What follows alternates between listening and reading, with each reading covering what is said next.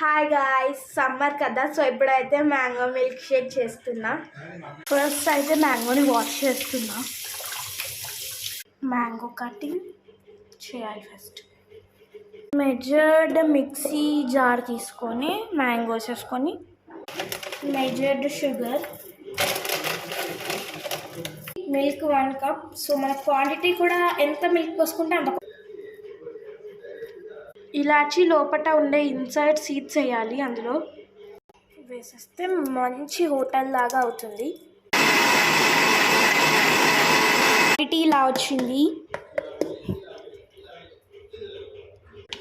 Add some ice.